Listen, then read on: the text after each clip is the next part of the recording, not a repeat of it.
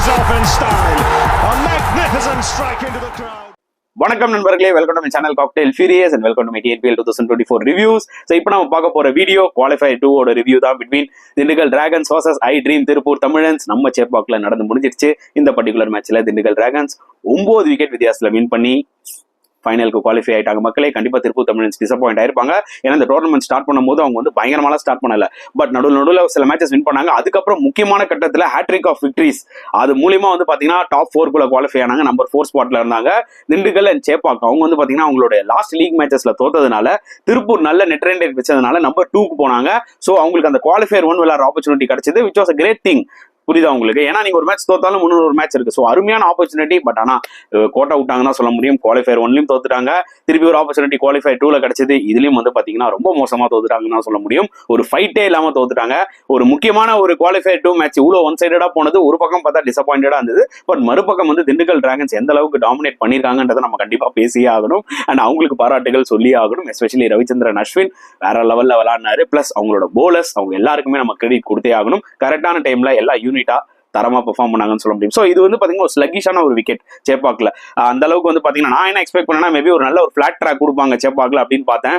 But அப்படி இல்லை, ரொம்ப ஸ்லோவா இருந்தது, பவுன்ஸ் இருந்தது. பட் ஆனா பேட்டுக்கு பெருசா வரல, பிக் பவுண்டரிஸ் வேற. ஸோ ஆப்வியஸ்லி இது வந்து ஒரு லோ ஸ்கோரிங் கேமா தான் இருக்க போகுதுன்னு ஓவராலா அந்த பிச் ரிப்போர்ட்டை பார்க்கும்போது தெரிஞ்சது. But never thought that it will B 110 கேமா இருக்கும். நான் ஒரு 140 130 அந்த மாதிரி ரேஞ்ச் ஆஃப் கேம் இருக்கும்னு நினைச்சேன். டாஸ் வின் பண்ணி போலிங் எடுத்தாங்க ஆக்சுவலா திண்டுக்கல் டிராகன்ஸ். எனக்கு அது பிட் ஆஃப் ஷாக்கரா இருந்துச்சு. ஏன் ஒரு ஃபைனல்ல ஒரு ஸ்லோ பிச்ல எதுக்கு ரிஸ்க் எடுக்கிறாங்க திண்டுக்கல் டிராகன்ஸ்? ஒருவேளை இது பேக் ஃபயர் ஆயிடுமான்ற மாதிரி நினைச்சேன்.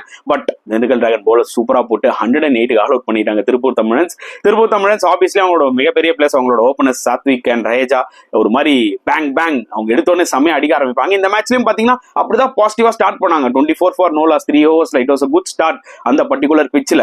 அப்பதான் வந்து பாத்தீங்கன்னா ரஹேஜா அவுட் ஆனாரு. அது வந்து பாத்தீங்கன்னா அஸ்வின் தான் எடுத்தாரு. ரொம்ப குரூஷியல் விக்கெட்.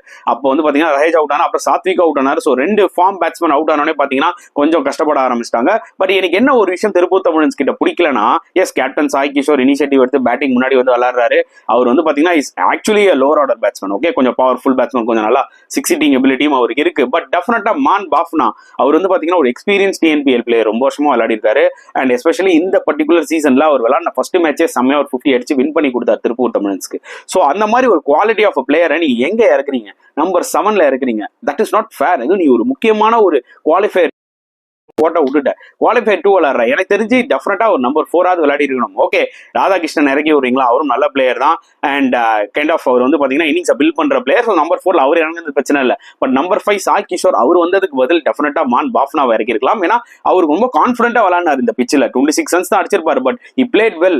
ஜஸ்ட் ஒரு 17 balls 18 balls அடிச்சாரு. மற்ற எல்லா பேட்ஸ்மேனும் ஸ்ட்ரகிள் ஆகும்போது Maan Bafna was really playing well. So being left hander இன்னுமே வந்து எஃபெக்டிவா இருந்திருப்பாரு. சாய் கிஷோரும் லெஃப்ட் ஹேண்டர் தான். பட் அவர் வந்து பாத்தீங்கன்னா ஹார்ட் ஹிட்டர். அவரு போய் அந்த ரன் ரேட் ஏத்தனும் போய் அடிக்க போய் கடைசியில வந்து அவுட் ஆகி தான் வந்தாரு வருண் சக்கரவர்த்தி பால்ல. இன்னுமே வந்து பாத்தீங்கன்னா திருப்பூர் தமிழனுக்கு அது ப்ரெஷர் ஆயிடுச்சு.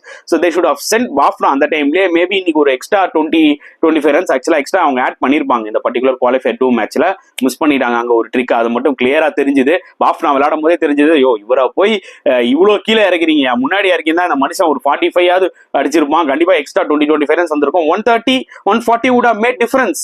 டெஃபினட்டா அது ஒரு ப்ரெஷர் இன்னுமே கொஞ்சம் ஆட் அப் ஆயிருக்கும். புரியுதா உங்களுக்கு? திண்டுக்கல் டிராகன்ஸ்க்கு என்னதான் அஸ்வின் கவுண்டர் அட்டாக் பண்ணாலும் 140 சேஸ் பண்ணும்போது it will be in different mindset. புரியுதா உங்களுக்கு? 110க்கும் 140க்கும் நிறைய வித்தியாசம் இருக்கு. அண்ட் திண்டுக்கல் டிராகன்ஸ் போலிங் எடுத்துக்கிட்டோம்னா obviously pick of the bowlers P Vignesh, இந்த லெஃப்ட் ஆர்ம் ஸ்பின்னர். லாஸ்ட் மேட்சே சூப்பரா போட்டாருங்க. அவரை பத்தி நான் ஆல்ரெடி சொன்னேன். 4 overs 17 runs 1 wicket. So last மேட்சே செம்மையா போடும்போது அவர் கண்டிப்பா எனக்கு தோணுச்சு, ஓகே ஒரு மாதிரி ஒரு பிரகாசம் தெரிஞ்சது லாஸ்ட் மேட்ச் அவரோட போலிங்ல. ஸோ இந்த பர்டிகுலர் சேப்பாக் விக்கெட் அவருக்கு பெர்ஃபெக்டா சூட் ஆச்சு. 4 overs 8 runs 3 wickets. Unbelievable spell இன் குவாலிஃபை 2ங்க. இந்த மாதிரி ஒரு பெர்ஃபார்மன்ஸ்க்காக எந்த டீமா இருந்தாலும் வெயிட் பண்ணுவாங்க. சூப்பரா போட்டார். அண்ட் வருண் சக்கரவர்த்தியும் அவரோட எக்ஸ்பீரியன்ஸ் யூஸ் பண்ணி பியூட்டிஃபுல்லா போட்டார். 4 overs 17 runs 2 wickets. சுபாத் பவுட்டி அவரும் வந்து பாத்தீங்கன்னா நல்லா போட்டு 2 wickets எடுத்தாரு. அஸ்வின் எதிர்பார்த்த அளவுக்கு ஐ மீன் அவர் மேல நம்ம நிறைய எக்ஸ்பெக்டேஷன்ஸ் வச்சிருக்கோம்ல போலிங்ல. இந்த பர்டிகுலர் சீசன்ல அவர் போலிங்ல பெருசா எதுவுமே பண்ணல எக்ஸ்பெக்ட் பண்ண அளவுக்கு. அஸ்வின் லெவலுக்கு அவர் பெருசா எதுவும் பண்ணல. ஆனா பேட்டிங்ல கலக்கிட்டாரு. பட் போலிங்ல முக்கியமான விக்கெட் அந்த ராஜா விக்கெட் எடுத்தாரு பாத்தீங்களா, அது குரூஷலா வந்து அமைஞ்சதுன்னு தான் சொல்ல முடியும். ஜென்ரலா Ashwin bowling to the left handers obviously செமையா போடுவாரு, அதுல எந்த டவுட்டுமே கிடையாது. அண்ட் அந்த வகையில் சேசிங்ல பாத்தீங்கன்னா செம ஸ்டார்ட்டுங்க. விமல் குமார் அண்ட் அஸ்வின் இந்த மேட்ச்ல ஓப்பனிங் இறங்கி விட்டாரு. I was bit surprise. Shivam Singh வேற லெவல்ல விளையாடுற இந்த டோர்னமெண்ட்ல அவரே இறங்கல, ஏன் அஸ்வின் இறங்கிட்டாரு, சரி ஏதோ ஒரு கைண்ட் ஆஃப் ஸ்ட்ராட்டஜியா இருக்கும் போல இருக்கு அப்படின்ற மாதிரி நினைச்சேன். But super opening partnership, 81 runs. Vimal குமாரும் இந்த பர்டிகுலர் ஸ்கோருக்கு இந்த பர்டிகுலர் மேட்ச்க்கு என்ன தேவையோ அதை கரெக்டா பண்ணாரு. 26 balls 28. அஸ்வினோட ஒரு நல்ல பார்ட்னர்ஷிப் ஸ்டிச் பண்ணாரு. பட் ரவிச்சந்திரன் அஸ்வின் வாஸ் அன்பிலீவபிள்ங்க. ஏன்னா அவரோட அந்த சிப் ஷாட்ஸா இருக்கட்டும், அவரோட அந்த ரிவர்ஸ் ஸ்வீப்ஸா இருக்கட்டும் அகைன்ஸ்ட் சாய் கிஷோர், அதெல்லாம் பங்கமா இருந்தது. நிறைய ஒர்க் அவுட் பண்ணியிருக்காரு அவரோட பேட்டிங்ல, பார்த்தாலே தெரியுது. So it was very nice to see Ashwin playing unorthodox shots எல்லாம். ஸோ பார்க்கலாம் ஐபிஎல்ல வந்து பாத்தீங்கன்னா மேபி இவர் ஒரு எப்படி ஒரு சுனில் நரேன் கேகேஆருக்கு ஓப்பனரா விளாடுறாரோ இவர் கூட ஓப்பனரா விளாடலாம் ஏதாவது ஒரு பிரான்ச்சைசிக்கு. லெட்ஸ் சி என்னதான் அவர் எந்த டீமுக்கு தான் போக போறாருன்னு. But obviously for Dindigul dragons he has done his part definitely. இப்போ ஃபைனல் வரைக்கும் போக முக்கியமான காரணம் அஸ்வினோட கேப்டன்ஷிப் அண்ட் அவரோட பெர்ஃபார்மன்ஸ் நம்ம கண்டிப்பா சொல்லியே ஆகணும். ஸோ தரமா 69 நாட் அவுட், 11 பவுண்டரிஸ், 3 சிக்ஸஸ், ஒரு மேட்ச் வினிங் இன்னிங்ஸ் விளையாடி வின் பண்ணி கொடுத்துட்டாரு சீக்கிரமா மேட்சை.